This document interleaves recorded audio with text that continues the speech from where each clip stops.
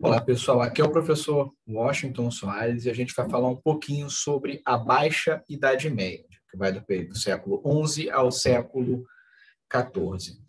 Esse é um período, pessoal, em que a gente vê, ao mesmo tempo, o auge e o início do declínio do sistema feudal, tá bom?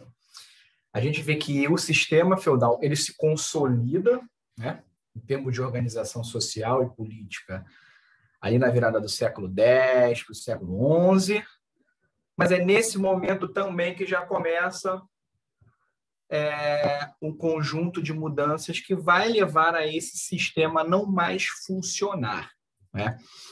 Então, quando a gente fala, por exemplo, da organização social, que era dividida em três grandes ordens, né? O clero, os guerreiros e os plebeus, né? Os servos, essa organização ela funciona bem, abre aspas, bem durante um determinado momento, porque na verdade ela não é funcional. Né? Fica complicado você enquadrar tanta gente de acordo com o seu nascimento e fazer com que a sociedade funcione bem desse jeito. Então a gente vai ver que, com o passar do tempo, principalmente com o fim das grandes invasões bárbaras, né, lá na virada do século X para o século XI, então o problema da insegurança ele diminui, né? O problema da mortandade em torno das guerras diminui. A função dos guerreiros como defensores da cristandade, essa vai ganhar um novo contorno. Então, com a diminuição dessas invasões, a gente vê uma ocupação maior em termos territorial, por consequência, produção agrícola, mas a gente vê também um aumento na produtividade agrícola com a introdução do arado enquanto tecnologia. O resultado foi o aumento da produtividade, né? Então, a gente vê, por consequência do fim das guerras, do aumento da produção, um aumento demográfico também. Então, quando há um aumento demográfico, principalmente entre a camada dos servos, então a gente vai ver que ali começa a disfuncionalidade dessa sociedade de estamentos. É ali que a gente começa a ver que essa divisão não dá muito certo. Mas essa divisão não fica só ali, né? Essa disfuncionalidade, ela também sobe para a nobreza. Então, se aumenta o número de plebeus, igualmente aumenta o número de nobres, né? E não há mais terras para serem divididas, né?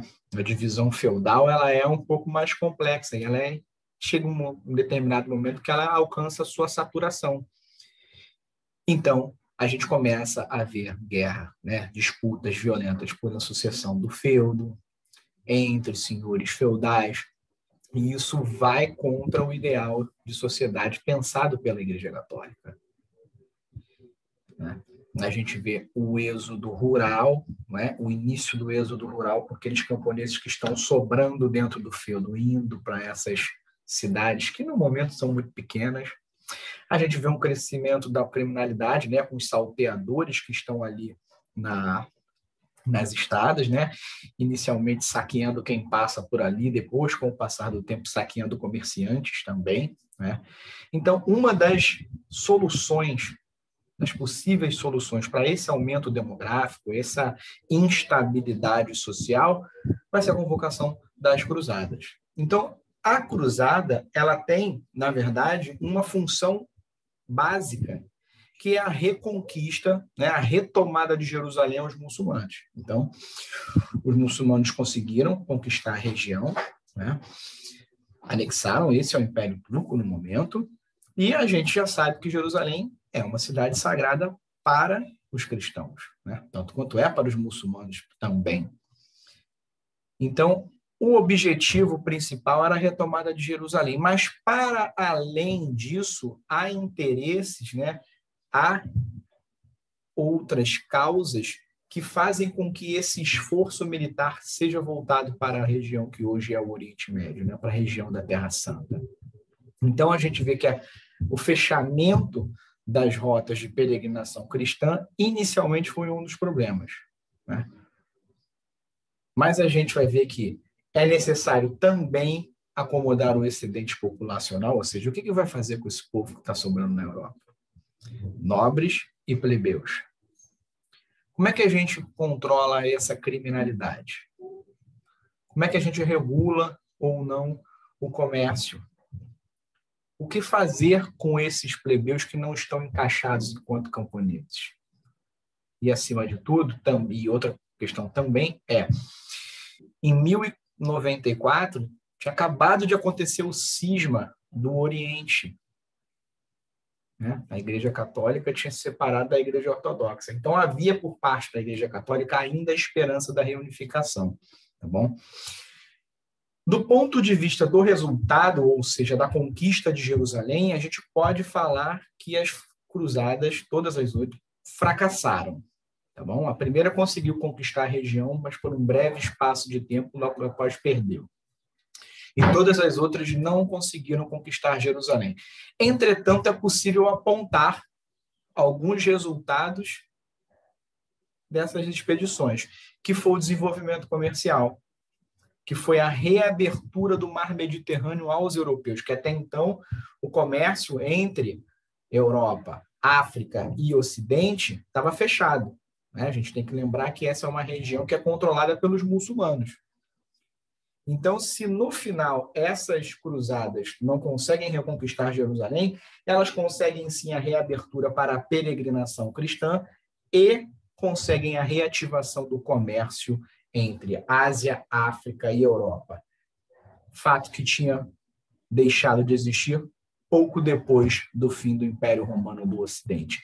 Então, essa reabertura comercial, ela terá consequências profundas na sociedade europeia, que a gente já vai ver.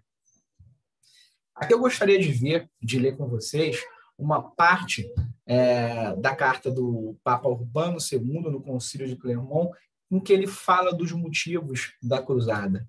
Então, vou ler um trecho que esse trecho ele resume muito bem o que a gente explicou até agora, ou seja, quais são as causas, quais são os motivos, o que a gente quer, o que não quer, enfim. Deixai os que outrora estavam a se baterem impiedosamente contra os fiéis em guerras particulares, lutarem contra os infiéis. Aí estamos falando de senhores feudais cristãos lutando entre si por feudo, por poder. Deixai os que até aqui foram ladrões tornarem-se soldados, ou seja, aquele excedente populacional que está ligado à criminalidade. Deixai aqueles que outrora se bateram contra seus irmãos e parentes lutarem agora contra os bárbaros como devem, ou seja, os irmãos, parentes que disputavam o poder e disputavam a posse da terra entre si. Deixai os que outrora foram mercenários a baixos salários receberem agora a recompensa eterna, ou seja, a promessa de redenção, de remissão dos pecados para todos aqueles que fossem lutar na cruzada. Uma vez que a terra que vós habitais, fechada por todos os lados pelo mar e circundada por picos e montanhas, é demasiadamente pequena para a nossa grande população, excedente populacional. A riqueza não abunda, mal fornece o alimento necessário aos seus cultivadores. Tomais o caminho do santo sepulcro, arrebatai aquela terra à raça perversa e submetei-a a nós mesmos. Então, nesse pequeno trecho, a gente consegue ver uma explicação sintética muito bem feita sobre os problemas da época. Isso é um papa, ou seja, uma pessoa com plena consciência do que está acontecendo ali. Ele enxerga muito bem a situação, muito bem a conjuntura e aponta para as cruzadas como uma possível solução para diversos problemas para além da conquista da Terra Santa aos muçulmanos.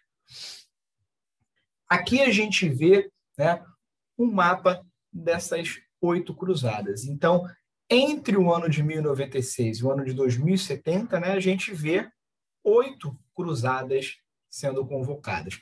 Houveram outras cruzadas menores, contra, por exemplo, os hereges. A gente pode apontar também a reconquista cristã na Península Ibérica. Ela é um tipo de cruzada, sim, muito específica, né? Ligada, inclusive, à fundação do Reino de Espanha e do Reino de Portugal. né? Se a gente vê um segundo momento. Mas essas cruzadas, como a gente vê, elas têm rotas inicialmente diferentes e, com o passar do tempo, as rotas serão muito mais por mar, porque muitas dessas cruzadas também serão patrocinadas por comerciantes de Veneza e de Gênova, com o objetivo de reabrir o comércio para a Europa, esse comércio entre Ocidente e Oriente, tá bom? Aqui a gente vê a expansão islâmica, ou seja, toda essa parte aqui colorida está, na verdade, sob o domínio do Império Islâmico, portanto, fechada, né, para o comércio em relação à Europa e com dificuldade também para a peregrinação cristã nessa região. Tá? Aqui a gente vê o Muro de Jerusalém, uma pintura, né, de como se deu a conquista da cidade de Acre, né, ou Aco, atual norte de Israel. Tá? Então a gente vê a importância do cerco, né, e também do imaginário dessa cruzada na própria sociedade europeia, né? Essa guerra santa, essa guerra em nome da religião e da redenção. Então isso fica no imaginário europeu por muito tempo, né? Essa guerra contra os infiéis. Aqui a gente vê uma reprodução, né, dos cavaleiros, mais especificamente dos templários, né? E como eles, templários, que inicialmente, né, eram protetores dos peregrinos, com o passar do tempo vão se tornar uma ordem muito poderosa, inclusive sendo perseguida pela própria Igreja Católica. Outra ordem interessante que a gente pode ver aqui é a ordem dos hospitalários, né? Então a gente vai ver que esses sujeitos não só têm o caráter militar e religioso, mas eles também costumavam receber os peregrinos na cidade de Acre, né, ou Acre. E ali esses peregrinos descansavam, né, se recompunham e continuavam para a marcha até Jerusalém. Tá bom? Com isso, terminamos essa parte de cruzadas. Tá? Voltamos.